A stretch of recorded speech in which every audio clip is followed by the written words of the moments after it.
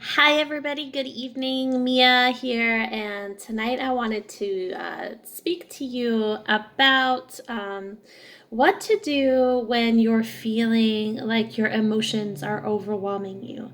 And I'm actually coming on to speak about this because I am actually going through a little bit of a period of emotional overwhelm. And I don't want to name any names or get too personal about it, but I am feeling kind of daily like I'm having a hard time controlling my emotions, in particular around relationships. And I'm just going through a bit of a tough time.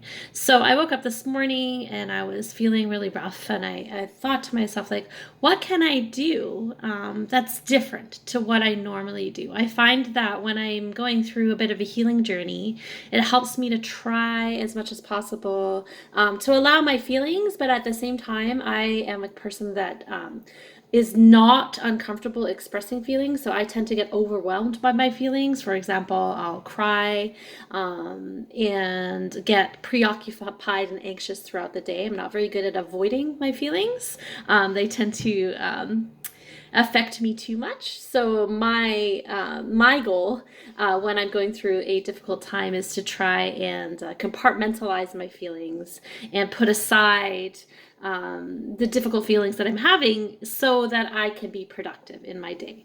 So this morning I was thinking, what can I do that will help me with these overwhelming feelings? And one of the things that research and science has shown that can be helpful is moving your body. Now, for many people, when you're feeling really distressed or overwhelmed, that can be a very difficult task, to take on a new exercise regime or something like that.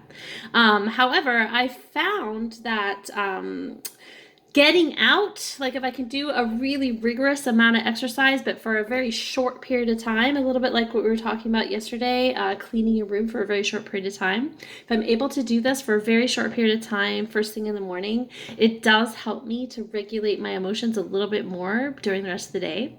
So what I did, I'm not a runner at all, but I have noticed that when I'm in distress, that running can help me. So what I did is I put on my running shoes first thing in the morning before doing anything else, and I got out the door. And of course, immediately I was thinking, "Oh my God, I hate running." And I do. I absolutely hate running. But I have found that for emotional regulation, running sometimes helps me when I'm feeling really quite rough. So I kind of set a goal for myself that I would do a usual walk that I do around the block, but instead of walking, I would run. And I also knew from my fitness level that I can't run that entire, I think it's like 2K, and I'm really not a runner at all. So normally I have no problem walking that amount, and I love to walk. But that's hard for me to run. I have asthma and I just generally hate the feeling of running. So what I did was I ran 2 blocks and then I walked 2 blocks and then I ran 2 blocks and then I walked 2 blocks, and I just did that all the way around for the 2 kilometers, and then I came home and I immediately put on YouTube and I found a meditation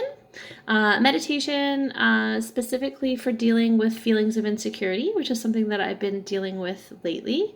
And I just laid down on my yoga mat and listened to that meditation. YouTube is such an incredible resource for that. There's so many different tools and so many wonderful meditations to help you with all kinds of difficult emotions.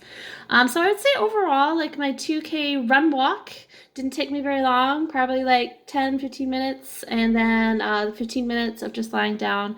And after that, I can't say that I was able to deal with all of my emotions, but I did feel that they were at a lower level.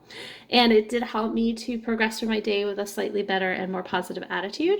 So if that's something that that might help you, like maybe you're going through a difficult time, moving your body, it can be hard to do when you're feeling distressed and when you're feeling insecure about yourself and all that. But if you are able to, you don't have to be perfect. I think that as I start this channel and start talking more about mental health, one of the big themes that is going to come up is that taking imperfect action is key. Is key. You need to be willing to start something, stop something, try something new, take 2 steps forward, 1 step forward, 2 steps back, 1 step forward. That kind of attitude will really help. There's been many times in my life when I have been distressed And you can't fix the problem in one day, but if you just say to yourself, you know what, I'm feeling really distressed, I need some help, you can, there's little actions you can take, right? Just little actions. You can maybe have one therapy session. Maybe you're thinking you can't afford therapy. You can have one therapy session. Maybe you call a distress line and they can help put you in touch with free resources. Anything to get you moving and feeling creative, that could be really helpful. So hopefully some of these tips can help you, and I hope you're having a great day, and Shabbat Shalom.